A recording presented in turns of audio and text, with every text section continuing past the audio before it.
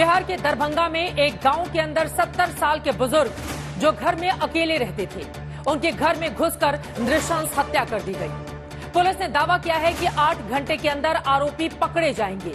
2 संदिग्धों से पूछताछ भी की जा रही है, लेकिन सवाल अपराध के बाद अपराधी को पकड़ने का नहीं, सुशासन की सरकार में पूर्व मंत्री के पिता की निर्मम हत्या जैसी वारदात को लेकर है। जिस लालू राज को नीतीश कुमार जंगल राज बताकर सुशासन के दावे के साथ बिहार की सत्ता पर काबिज हुए थे, वहां आज सुशासन का नाम बदनाम हो रहा है। जाहिर है, जब किसी राज्य में मंत्री रह चुके शख्स के पिता के घर में घुसकर हत्या होगी तो विपक्ष कानून व्यवस्था का सवाल पूछेगा ही। जिस लालू राज को बीजेपी और जेडीयू जंगल राज साबित करते नहीं थकते, उन्हें आज जवाब देना पड़ेगा कि जिस राज्य में राजनेताओं का परिवार पूर्व मंत्री के पिता तक सुरक्षित नहीं रह पाए, उसे किस पैमाने पर सुशासन की सरकार कहा जा सकता है। और ये सवाल इसलिए नहीं कि अपराध पहली बार बिहार में सिर उठा रहा है, ये सवाल इसलिए भी है क्योंकि जब नीतीश कुमार आरजेडी के साथ सत्ता में रहते हैं तो बीजेपी 2023 में इसी जुलाई के महीने में क्राइम रिकॉर्ड का डेटा लेकर बयानबाजी करती है कि जुलाई के 31 दिनों में पटना में 30 मर्डर हो गए। तो आज फिर वो सवाल कायम है कि बिहार में अपराध और अपराधियों पर लगाम आखिर क्यों नहीं।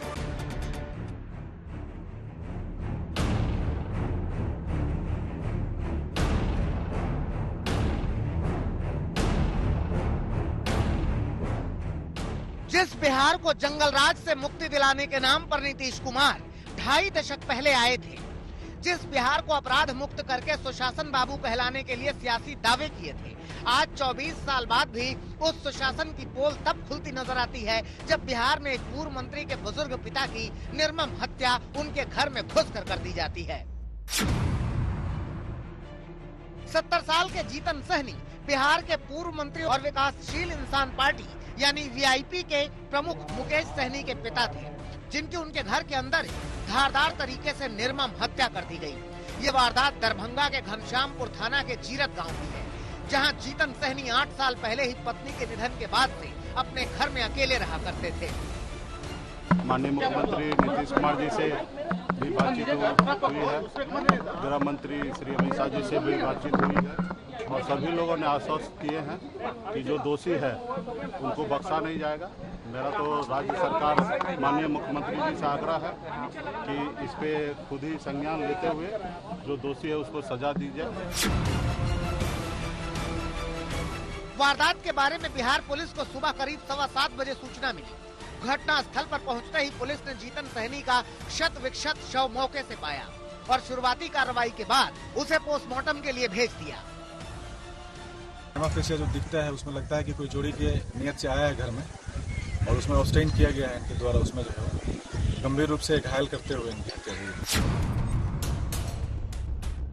घटना के बाद फौरन मौके पर फोरेंसिक टीम से लेकर डॉग स्क्वाड तक को बुलाया गया। घटना स्थल के मुआयने से लेकर आसपास की पड़ताल में कई सुराग और सबूत नजर आए, जिसमें कमरे के अंदर 3 ग्लास, कुछ दस्तावेज, 2 बाइक और घटना स्थल से कुछ दूर जीतन सहनी का एक टूटा हुआ लाल बॉक्स भी फेंका हुआ मिला। शुरुआती जांच में पुलिस ने चोरी के शक में हत्या की आशंका जताई, लेकिन फिर एसआईटी का गठन कर जल्द से जल्द आरोपियों तक पहुंचने का दावा किया। घटना के त्वरित उद्भेदन हेतु एक एसआईटी का गठन किया गया है। घर के अंदर एवं बाहर पाए गए सभी सबूतों एवं साक्ष्यों की वैज्ञानिक जांच बहुत ही बारीकी से की जा रही है और शीघ्र इस घटना का उद्भेदन करेंगे। ह्यूमन इंटेलिजेंस और सीसीटीवी फुटेज के आधार पर पुलिस ने 2 संदिग्धों को हिरासत में भी लिया है और जल्द से जल्द आरोपियों तक पहुंचने का दावा कर रही है।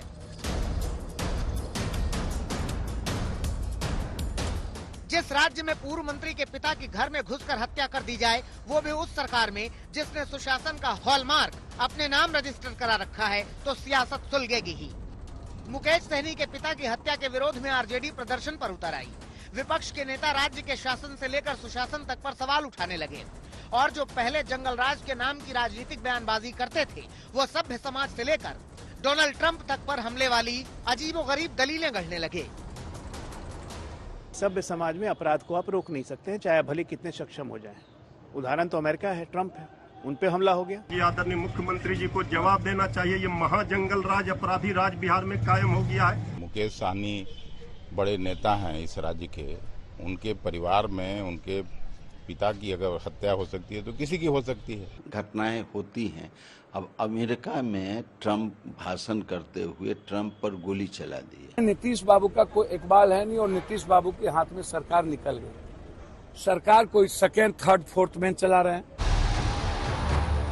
उधर बिहार में सुशासन का दावा करने वाली जेडीयू हो या बीजेपी के नेता, सबका दावा यही है कि मुकेश सहनी के पिता के हत्यारों को जल्द से जल्द पकड़कर सजा दी जाएगी। लेकिन सवाल अपराधियों को पकड़ने का नहीं, बिहार में अपराध पर लगाम लगाने का है, जिसमें इस तरह की वारदात बड़े सवाल खड़ी करती है। क्या बिहार में अपराधियों के बीच पुलिस प्रशासन का डर बचा भी है या नहीं? रोहित कुमार के साथ सुजीत गुप्ता, पटना, आज तक। सबसे पहले अपने संवाददाता आदित्य वैभव का हम रुख करेंगे। इस वक्त हमारे साथ और ज्यादा जानकारी लेकर जुड़े हुए हैं। आदित्य, पुलिस की जांच अब तक कहां तक पहुंची है? एक दूध वाले और रसोइये को हिरासत में लिया गया है, पूछताछ में क्या जानकारी निकली?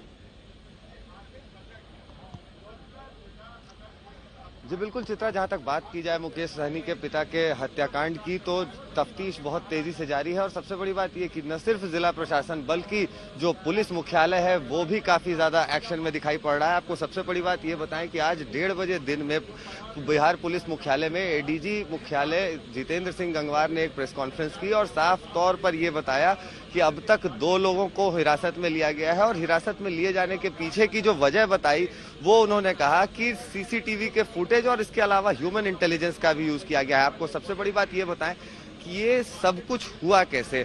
आज सुबह आपको सीधी तस्वीरें दिखा रहे हैं हम उसी मकान से जहां ये घटना हुई थी, जहां इसको अंजाम दिया गया था। और ये ठीक वही जगह है जहां चित्रा आज सुबह इस बात का खुलासा हुआ कि मुकेश सहनी के पिता जीतन सहनी की हत्या हो चुकी है। वो रिपोर्ट में हमने दिखा दिया। आदित्य, अब ये बताइए अंतिम संस्कार कब किया जाएगा?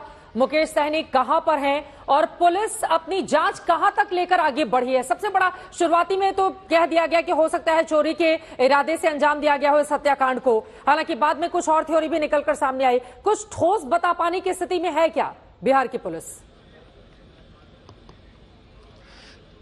जी बिल्कुल, जहां तक बात की जाए तफ्तीश की, तो तफ्तीश कई एंगल्स पे जारी है। जहां तक जिला पुलिस की बात की जाए तो 2 लोगों को अब तक हिरासत में लेकर उनसे पूछताछ की जा रही है। उसके अलावा जो बिहार पुलिस मुख्यालय है उसने एफएसएल की टीम भेजी और एफएसएल की टीम के अलावा यहां पर डॉग स्क्वाड और इसके अलावा एसटीएफ के अफसरों की एक बड़ी टुकड़ी यहां पर भेजी है। सबसे बड़ी बात आपको ये बताएं कि जहां जिला पुलिस जो नॉर्मल एंगल्स हैं और बाकी चीजों की तफ्तीश है उस पर काम कर रही है, वही जो मुख्यालय से टीम भेजी गई है उसका काम सिर्फ और सिर्फ क्रैकडाउन बताया गया है। सबसे बड़ी बात यह कि इस सब के बीच मुकेश सहनी मुंबई से पटना पहुंच चुके हैं और पटना से दरभंगा के लिए रवाना हो चुके हैं। और रही बात जीतन सहनी की जो डेड बॉडी है वो ऑटोप्सी के बाद अब उनके घर ले आई जा चुकी है। और यहाँ पर उसके साथ संतोष मांझी जो संतोष सहनी जो मुकेश सहनी के छोटे भाई हैं वो भी आ चुके हैं। तो सबसे बड़ी बात यह है कि अब यहाँ पर पार्थिव शरीर के दाह संस्कार की प्रक्रिया की तैयारी घर में की जा रही है। लेकिन दोबारा मैं आपके पास लौटूंगी, दाह संस्कार किया जाएगा। मुकेश सहनी भी पहुंचने वाले हैं। फिलहाल के लिए बहुत धन्यवाद